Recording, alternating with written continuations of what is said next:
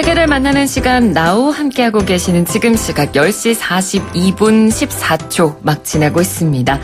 다문화 가정에 대한 이해를 돕고 함께 더불어 잘 살기 위해 마련한 코너 지금은 글로벌 시대입니다. 한국건강가정진흥원 감복정 본부장님과 오늘도 함께합니다. 본부장님 안녕하세요. 네, 안녕하세요. 네, 오늘 저희가 이야기 나눌 주제가 바로 다문화 수용성입니다. 저희가 이 코너를 시작하고 방송 초반부에 이 다문화 수용성이라는 게 뭔지에 대해서 잠깐 이야기를 나눴던 기억은 나거든요. 네. 다시 한번 좀 설명을 해주신다면요. 네, 수용성이라고 하는 의미는 이제 어떤 거를 받아들이는 능력이라고 볼 수 있는데요. 네. 이를 적용해서 이제 다문화 수용성이라고 하면 다문화를 받아들이는 능력이라고 간단하게 말할 수 있습니다. 그래서 네. 그 여성가족부를 중심으로 국민 다문화 수용성 조사에서 그 말하는 다문화 수용성은 자기와 다른 구성원이나 다른 문화에 대해서 집단별 그 편견을 갖지 않고 자기의 문화와 동등하게 또 상호 인정하고 그들과 조화로운 관계를 설정하기 위해서 협력하고 노력하는 그런 내용을 포함하고요. 네. 특히 또 외국인이나 이주민을 대할 때 출신 지역이나 경제적 수준별로 차등을 두지 않으면서 세계 시민의 한 일원으로서 보편적인 가치에 입각해서 이를 실천하고자 하는 여러 가지 태도를 종합한 정의라고 볼 수 있습니다. 네. 그래서 최근에 2018년에 보니까 네. 미국 펜실베니아 주립대 교수님께서 학생들을 대상으로 강의를 하면서 네. 방탄소년단 관련된 그 강의를 하셨는데 제일 네. 첫 화면에 PPT 안에 45밀리언 그리고 24시간 요 키워드를 딱 던지면서 이게 뭘 뜻하는지 아냐고 학생들에게 물어봤는데 네. 그 학생들이 한 500명 정도 모여 있던 것 같아요. 네. 근데 초반에 거의 대부분 몰랐고 한참 후에야 이제 알게 됐는데 아주 짧은 시간 24시간 안에 45만 명 그러니까 4,500만 명이죠. 한국 인구가 5,100만 정도 되잖아요. 네. 그러니까 24시간 안에 4,500만 명이 다운로드한 숫자입니다. 조회수 숫자예요. 방탄소년단의 노래를.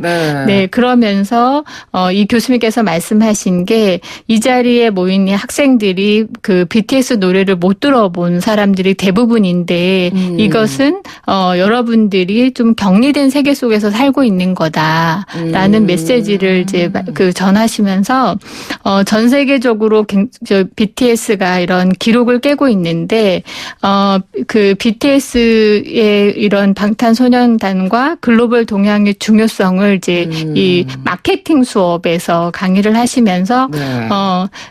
학생 여러분들이 스스로 다문화인이라고 생각하고 말하고 싶고 그리고 앞으로 국제시장에서 경쟁력을 갖고 싶다면 특히 글로벌 경제 금융이나 마케팅을 공부하는 학생이라면 BTS가 누군지도 모르고 그런 상태에서 세계에 대해서 무관심해서는 안 된다.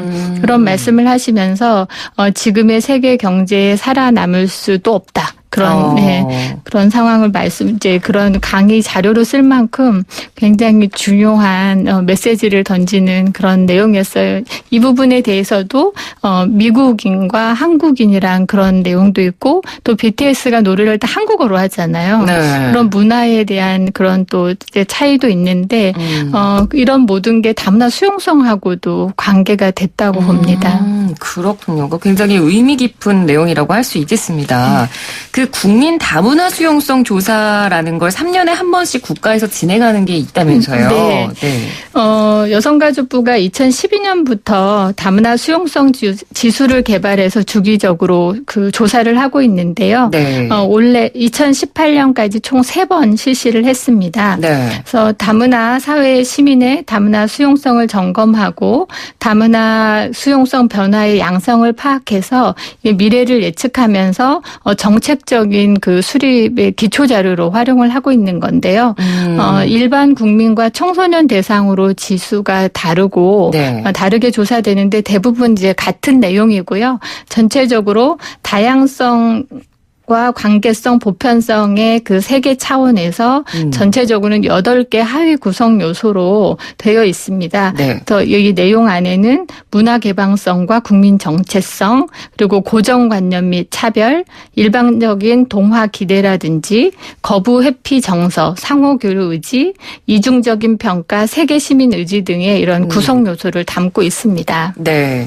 그럼 전체적으로 봤을 때 우리나라 이 다문화 수용성 지수 좀 좋아졌습니까? 어떤가요? 이제 세 번째로 2018년에 조사를 했는데요. 네. 안타깝게도 2015년에 비해서는 조금 떨어졌고요. 2012년에 비해서는 15년이 좀 올라갔는데 네. 좀 떨어진 이제 전체적으로는 떨어졌습니다. 네. 그런데 이제 청소년은 반대로 좀 그 안에서 이제 이 수용성 지수가 높아졌고요.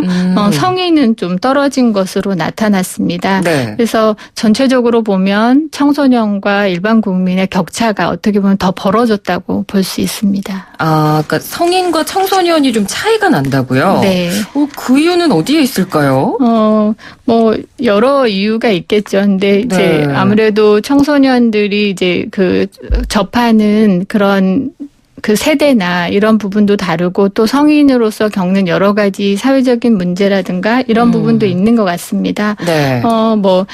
딱 단정 지을 수는 없는데 2018년 국민 다문화 수용성 조사 연구 결과에서 이제 분석한 내용을 보면 네. 이제 2018년쯤에 제주도 난민 신청과 관련된 보도가 굉장히 많이 나왔었어요. 네. 그런데 이런 부분에 있어서 다문화 수용성 하락의 원인이 다문화 사회와 관련해서 다소 피상적인 그런 태도였던 게 구체적으로 이제 언론 보도라든가 직접 경험하면서 좀 그런 과정에서 일부 좀 떨어지는 영향을 미쳤다고 또 이제 분석할 수 있다고 보고 있고요. 네. 또 경기 침체나 일자리 부족의 문제도 영향을 미쳤을 것으로 보고 있습니다.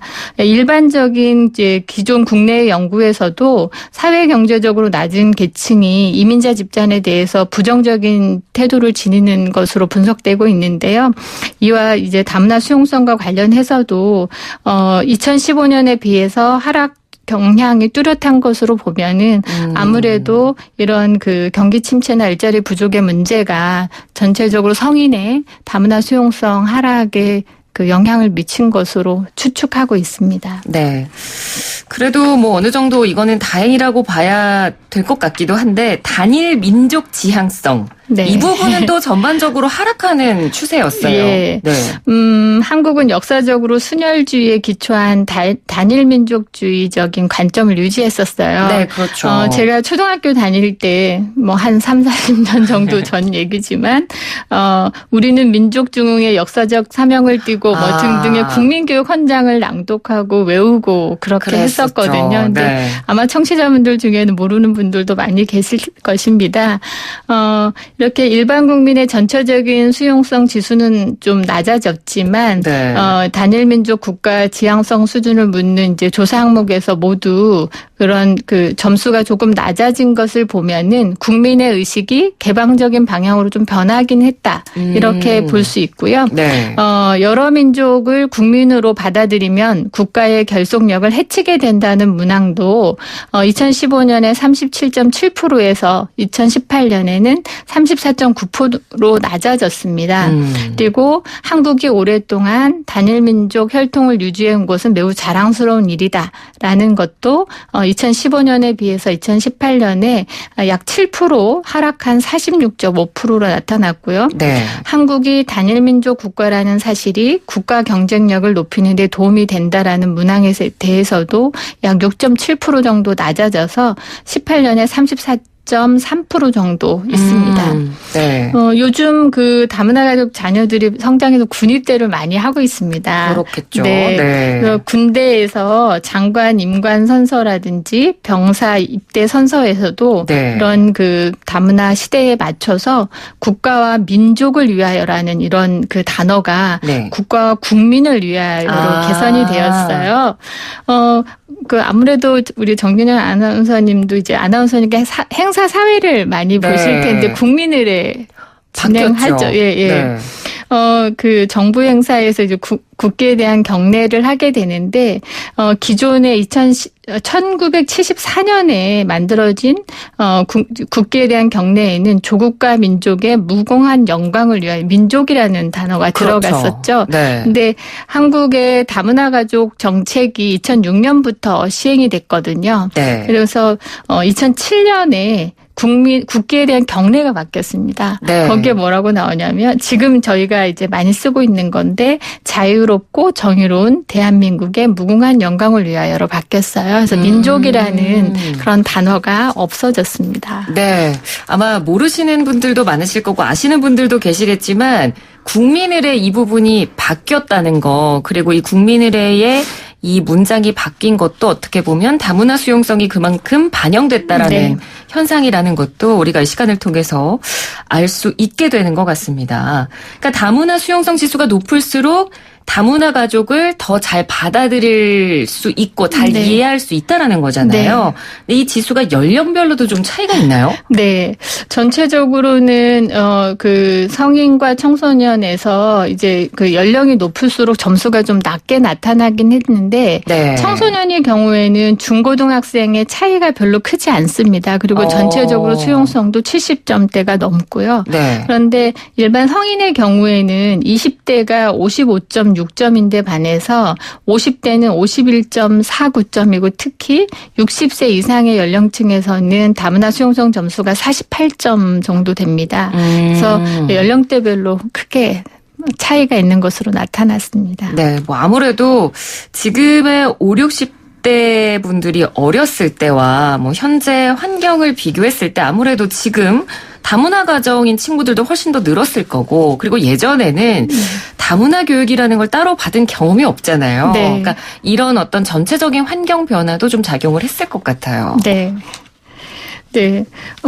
그 다문화 수용성 조사에서 이제 구성 요소 중에 이주민과 적극적으로 친교 관계를 맺으려는 경향을 나타낸 하위 요소로 교류 행동 의지라는 게 있는데요. 네. 이런 부분이 이제 다문화 교육이나 이런 게 많이 접하거나 아니면 이제 다문화인들을 많이 만나거나 뭐 여러 가지 이제 상황이 있을 수 있는데 그렇죠. 아주 이제 그 세대 간의 차이가 분명한 게 청소년의 경우에는 교류 행동 의지가 가장 높게 78.49점인데 성인 같은 경우에는 다른 이제 무회피 정서라든가 고정관념 등등에 이어서 제일 낮은 이 교류 행동 의지가 42.48로 약 30점 이상 차이 나는 것으로 나타났습니다. 그렇군요. 그러면 그 방송을 듣고 계시는 분들 중에 뭐 우리 아이도 그리고 나도 다문화 관련돼서 좀 교육을 받고 싶다는 분들도 계실 것 같아요. 그런 분들은 또 어떻게 접근할 수 있는지 간략하게 방법을 좀 소개해 주신다면요. 네, 뭐 저희 방송에서 여러 번 말씀드렸는데 네. 그 다누리 포털이라든지 다누리 배움터 혹은 뭐 그런 이제 키워드로 검색하시면 바로 저희 사이트가 연결이 돼서 온라인 교육이나 오프라인 교육을 신청할 수 있고요. 전국 어디나 저희가 찾아가는 교육을 전문 강사를 파견해서 하는 교육을 실시하고 있습니다. 네. 네. 오늘 말씀 잘 들었습니다. 고맙습니다. 지금까지 한국건강가정진흥원 강복정 본부장과 함께 이야기 나눴습니다.